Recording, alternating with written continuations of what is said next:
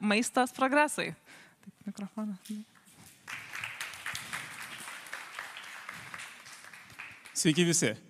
Esu Rolandas Rimkevičius, DTR įmonės įkūrėjas ir savininkas. Padedam organizacijoms, tiek privačioms, tiek valstybinėms organizacijoms dirbti su duomenimis, įskaitant ir atvirus duomenis. Kaip pavyzdys, sausio mėnesį mes darbavome su visom ministerijom ir kūrėm metinės ataskaitas, bandydami pritaikyti viešai prieinamus duomenis, atviruosius duomenis tuos, kurios pačios organizacijos ir atveria.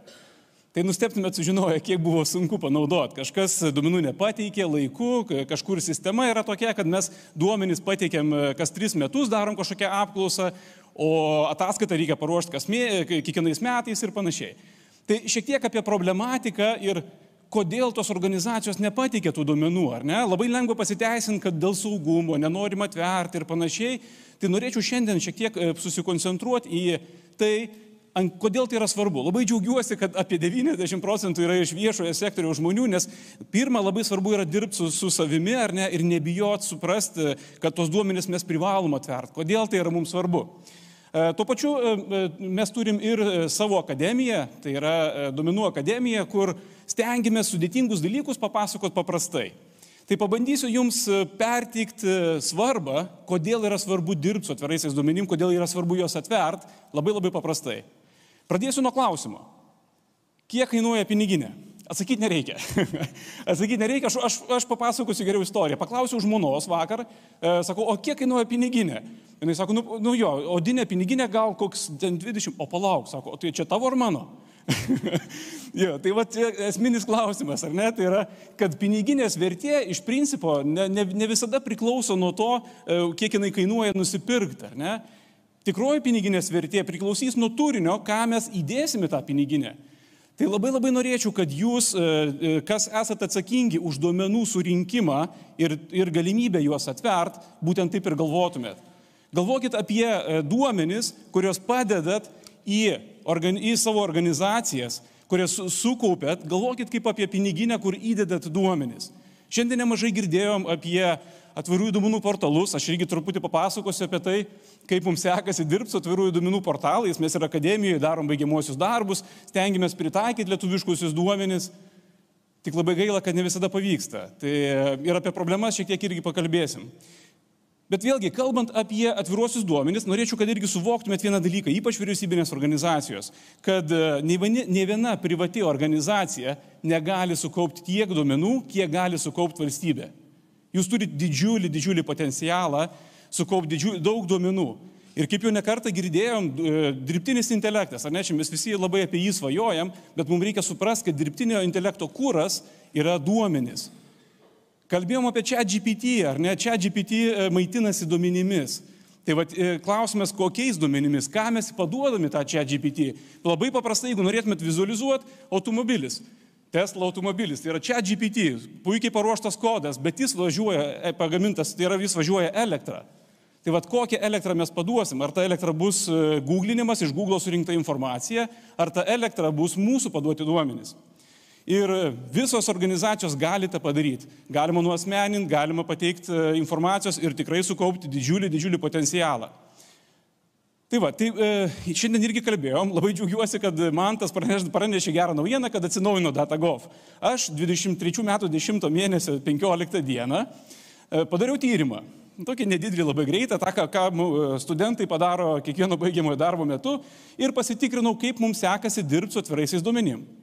Tai iš principo mes turim pateikę į savo datagov.lt apie 1981 duomenų rinkinį. Labai smagu, ar ne? Tai yra iš tikrųjų labai geras rezultatas ir labai patogus įrankis pasiimti duomenis. Žingsnis padarytas labai geras, labai smagu, kad mes toliau jį investuojam. Bet lygiai taip pat yra ir Datagov.eu. Tai yra ES turi lygiai taip pat tokį patį portalą, kur visa ES pateikia savo duomenų paketus. Tai šitoj vietoj Lietuva yra į ES krepšelį įdėjusi šiek tiek mažiau 1449 duomenų paketus. Tai paskaičiavus pagal eilės tvarką mes esam apie 30 vietoj. Čia gerai ar blogai? Nežinau. Pažiūrėkit, Vokietija turi 41% visų duomenų paketų. Taip, didžiulė valstybė, ar ne? Lietuva turi tik 0,09% visų duomenų paketų. Bet nebūtumėm lietuviai, kad nepasidžiaugtumėm, kad Latvijai žemiau, ar ne? Estai dar žemiau. Nu, kaip ir super, viskas čia dar neblogai, ar ne? Jau gerai, mes jau pateikėm daug, jau įdedam duomenis, jau juos atverinėjam.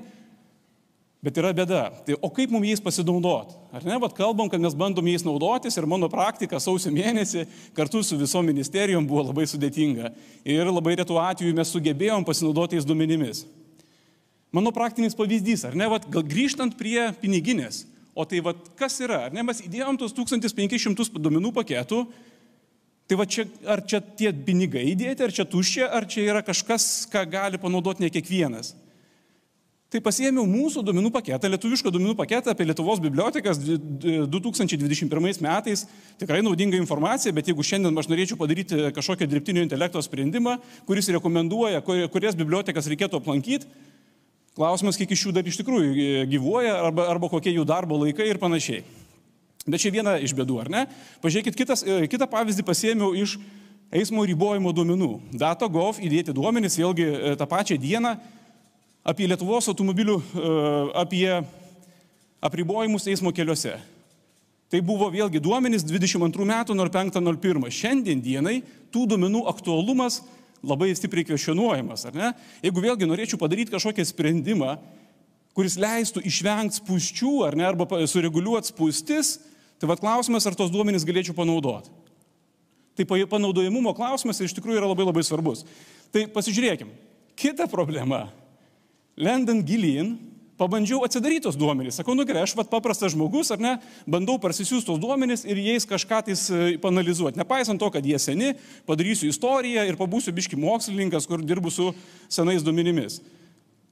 Tai Europos atveju parsisiunčiu failą, kuris buvo pavadintas ms.excel ir niekaip neatsidarė. Nu, tvarkoj, čia dar nerodo visų kitų pavyzdžių, ar ne? Tai kokiu iš 10 kartų gal tik 2 kartus pavyko atsidaryti duomenys. Tai realiai, ką mes ten įdedam, nu taip geriausiu atveju tą piniginę prikrauta kažko. Lietuviško portalo atveju matau, kad yra duomenys apie eismo ribojimus JSON formatu. Pakelkite rankas, kas žinot JSON formatą. O šaunuoliai, nuleiskit, ne mano studentai. Tai JSON formatas. O kas žinot, kad 5 yra JSON formatai, 5 skirtingi. Ir kuriuo formatu čia yra pateikti duomenys. Tai iš tikrųjų tie, kurie net su Exceliu šitų duomenų neatsidarysit, realiai jų pritaikyti neišeis. Taip, juos galim panaudoti duomenų mokslininkai, bet arba tie, kas kuria dirbtinio intelekto sprendimus, bet atmes šitą paketą tik dėl to, kad jis per senas. Tai šitoje vietoje vėlgi panaudojamumas, mes galim džiaugtis tuo, kad tikrai atveriam, tikrai turim tą gerą praktiką, įdėti duomenys ir panašiai, bet toks įspūdis susidaro, kad mes kol kas įdedam tam, kad įdėt. Ar ne? Ir ta vertė, kurią mes sukuriam atverdami duomenis, jinai yra tokiu gerai paklaustuku.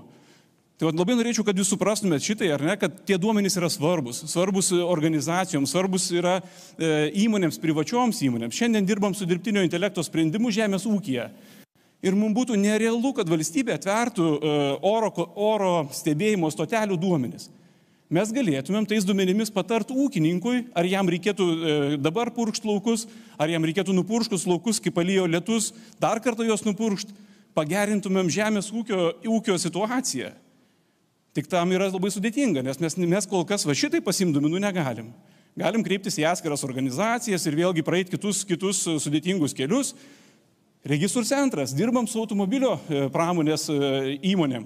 Irgi kreipėmės, sakom, o tai kiek užregistruota buvo praeitą mėnesį automobilių. Registrų centras kas mėnesį atiduoda savo duomenų paketą, kurio čia nelabai yra, ir atiduoda dalį duomenų. Labai naudingi duomenys, mes galėtumėm užkardyti senų automobilių pirkimą ir įsivežti į Lietuvą automobilius tik tuos, kurie yra perkami. Ir nesukurti to tokio stovinčių senų automobilių situacijos, kada mes įsivežam ne tai, ko mums reikia. Tai va čia yra viena iš problematikų. Geroji praktika galėtų būti Data.gov US. Kaip būtų keista, amerikiečiai yra toli nubėgę šitoje srityje.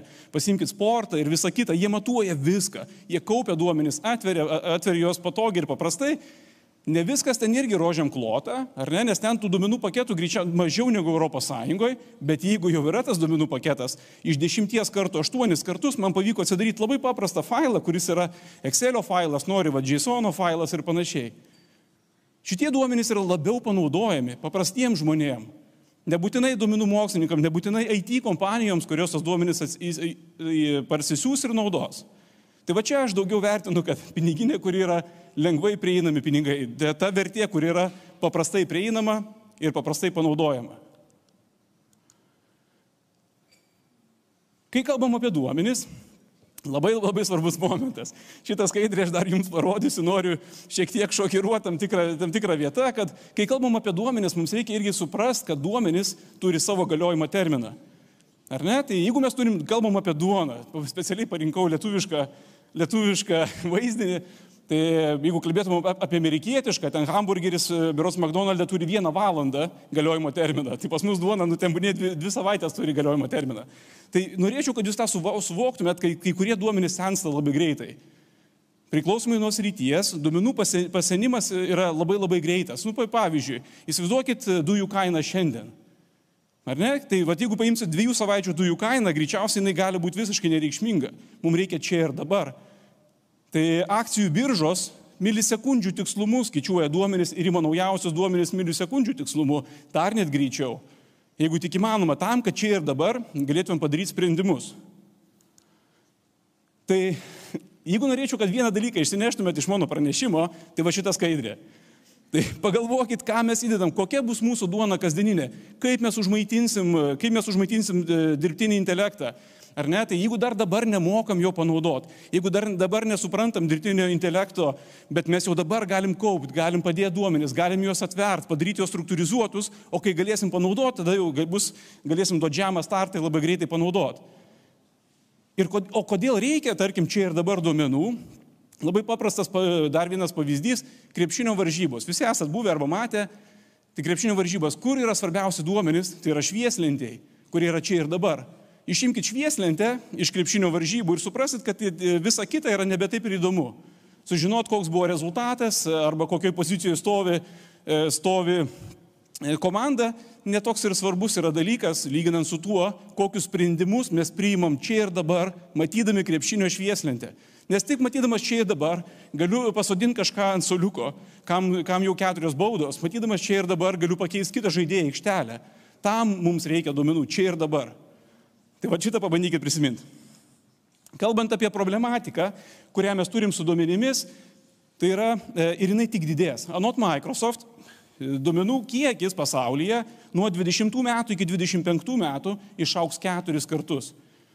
Reiškia, problematika padidės kaip minimum 4 kartus. Tai jeigu šiandien dar mums atrodo, kad mes galim sauliaisti neatvert duomenų, galim sauliaisti bijoti atvert duomenis, tai po 4 metų ta baimė bus 4 kartus didesnė. Arba 4 kartus darys didesnį įtaką mūsų rezultatui, valstybiniu lygiu. Vienas iš pavyzdžių yra toksai International Resource Panel. Tai yra tarptautinė organizacija, kurie padarė tyrimą Prancūzijoje. Ir turint duomenis, juos analizuojant čia ir dabar, mes galim daryti labai skirtingus sprendimus. Kaip pavyzdys, tipiškai Prancūzijoje automobilis stovi 92% laiko ir tik 5% yra vairuojamas. Tai jeigu kalbėti apie problematiką, tai mes suprantam, kad mes prisiperkam daug automobilių, jie stovi garažuose ir kova turėtų būti ne tiek, kad mažins spūstis, bet kovoti su tais automobiliais, kurie stovi garažuose, nenaudojami.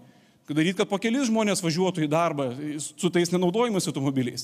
Apie mirtis keliuose. Prancūzijoje 95% nelaimingų atsitikimų vyksta darbe, dirbant su staklėm ir panašiai, dėl aplaidumo. Ir kad mes sumažinsim iki 0 mirtingumą keliuose, mes vis dar turėsim daug problemų kitoje srityje. Kur koncentruotis, tai irgi gali padėti sudėlioti teisingą strategiją. Ta pati organizacija, aišku, toliau dirbdama, jinai dirba ir analizuoja, jungia duomenys, įgalina labai skirtingose srityse, nuo mokslininkų iki praktinio panaudojimo. Ir paskutinė mano žinutė, jeigu pasižiūrėti į evoliuciją, nuo tada, kada maždaug apie 4000 metų prieš erą buvo sukurtas raštas, nuo tada pasaulį valdė žmonės, kurie registravo duomenis, sugebėjo juos pasinaudoti ir jais daryti sprendimus. Ir evoliucija neapsisuks atgal. Ir jeigu galvojam, kad šiandien galim palaukti, tai įsivaizduokit, jeigu Homo sapiens apsisuktų ir pasikalbėtų su Homo neandertalietis. Ar jie suprastų vienas kitą? Tai vat klausimas, kur mes būsim, ar mes sau leidžiam stovėti ir judėti į priekį, ir kai praeis dar keletą metų į priekį, tai ar mes sugebėsim susikalbėti su kaimyninėm valstybėm, kurios panaudos visą tai, kurie supras pirmieji ir nubėgs toliau nei mes. Ačiū labai.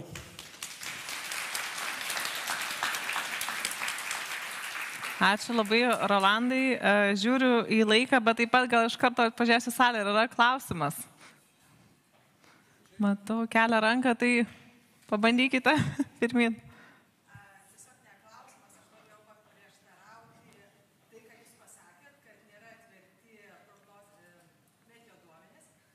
Tai naujausiam duomenimis hidrometeorologijos taryba, aš ne iš hidrometeorologijos taryba, atvėrė oro produkcijos duomenis ir mes juos esame integravę į mūsų sistemą. Ir būtent tai, ką jūs sakėte, ar pūkštė ar nepūkštė, tai jūs teikia nemokamas paslaugas, būtent remiantis irgi šitais duomenimis ir pasako, ar pūkštė ar nepūkštė, pateikia rekomendacijas. O jūs teikia nemokamas paslaugas ir jūs buvo vienas iš naujo knygnešių apdovanotų sistemų. Super. Puiku, kaip greitai juda ekosistema. Taigi, ačiū.